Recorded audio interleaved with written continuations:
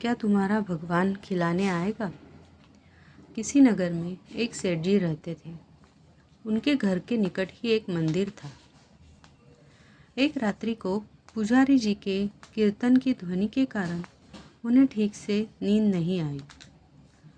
सुबह उन्होंने पुजारी जी को कहा, यह सब क्या है? पुजारी जी ने कहा, एकादशी का जागरण कीर्तन चल रहा था। सेठ जी ने कहा, जागरण कीर्तन करते हो तो क्या हमारी नींद भी नष्ट करोगे? अच्छी नींद के उपरांत ही व्यक्ति काम करने के लिए तैयार हो पाता है, फिर कमाता है, तब खाता है। पुजारी जी ने कहा, सेठ जी, खिलाता तो वह खिलाने वाला ही है। तब सेठ जी ने कहा, कौन खिलाता है? क्या तुम्हारा भगवान खिलाने आएगा?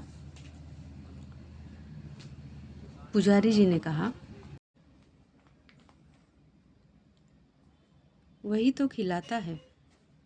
सेठ जी ने कहा, क्या भगवान खिलाता है? हम कमाते हैं, तब खाते हैं।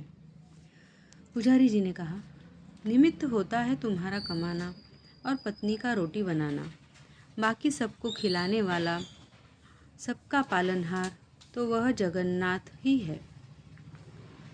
तब सेठ जी ने कहा, क्या पालनहार पालनहार लगा रखा है? न जाने किस युग की बातें करते हो।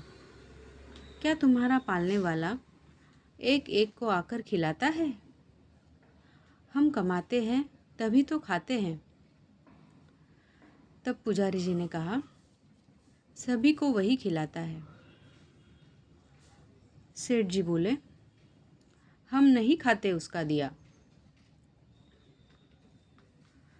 पुजारी जी ने कहा, नहीं खाओ तो मार कर भी खिलाएगा। अब सेठ जी गुस्सा हुए और उन्होंने कहा,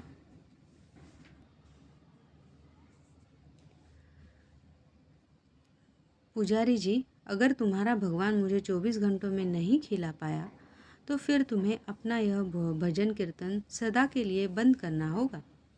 पुजारी जी ने कहा, मैं जानता हूँ कि तुम्हारी पहुँच बहुत ऊपर तक है, लेकिन उसके हाथ भी बड़े लंबे हैं। जब तक वह नहीं चाहता तब तक किसी का बाल भी बांका नहीं हो सकता। चाहो तो आजमा कर देख लेना। पुजारी जी की निष्ठा को परखने के लिए सेठ जी घोर जंगल में चले गए और एक विशालकाय वृक्ष की ऊंची डाल पर यह सोचकर बैठ गए कि अब देखता हूँ इधर कौन खिलाने आता है। 24 घंटे बीत जाएंगे और पुजारी जी की हार हो जाएगी। सदा के लिए कीर्तन की झंझट मिट जाएगी।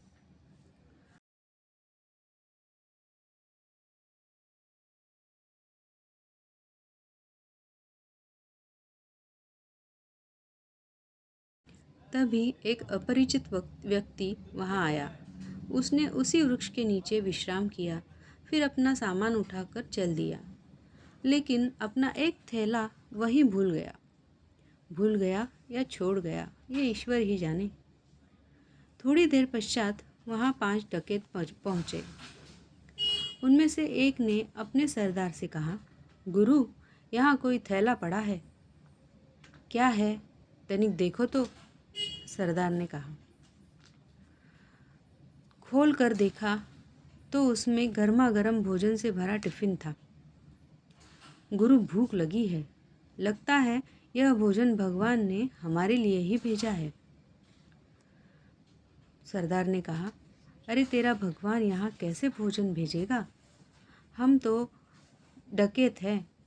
हमको पकड़ने या फांसने के लिए किसी शत्रु ने जहर मिलाकर यह टिफिन यहाँ रखा होगा, अथवा पुलिस का कोई षड्यंत्र होगा। इधर उधर देखा तो कौन रख कर गया है? उन्होंने इधर उधर देखा, लेकिन कोई भी व्यक्ति नहीं दिखा। तब डाकुओं के मुखिया ने जोर से आवाज़ लगाई, कोई तो बताए कि यह थैला यहाँ कौन छोड़ गया है। सेठ जी ऊपर बैठे बैठे सोचने लगे, यदि मैं कुछ बोलूँगा तो यह मेरे ही गले पड़ जाएंगे।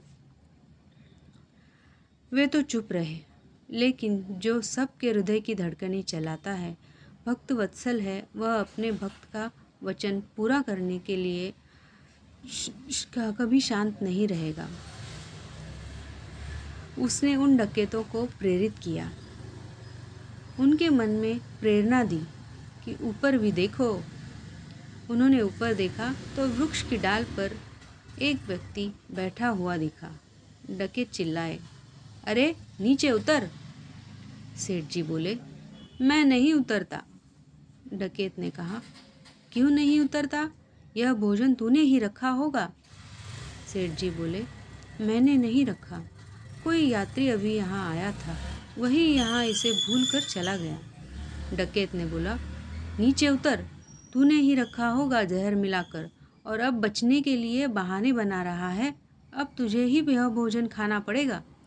सेठ जी बोले, मैं नीचे नहीं उतरूंगा, और खाना तो मैं कतई नहीं खाऊंगा।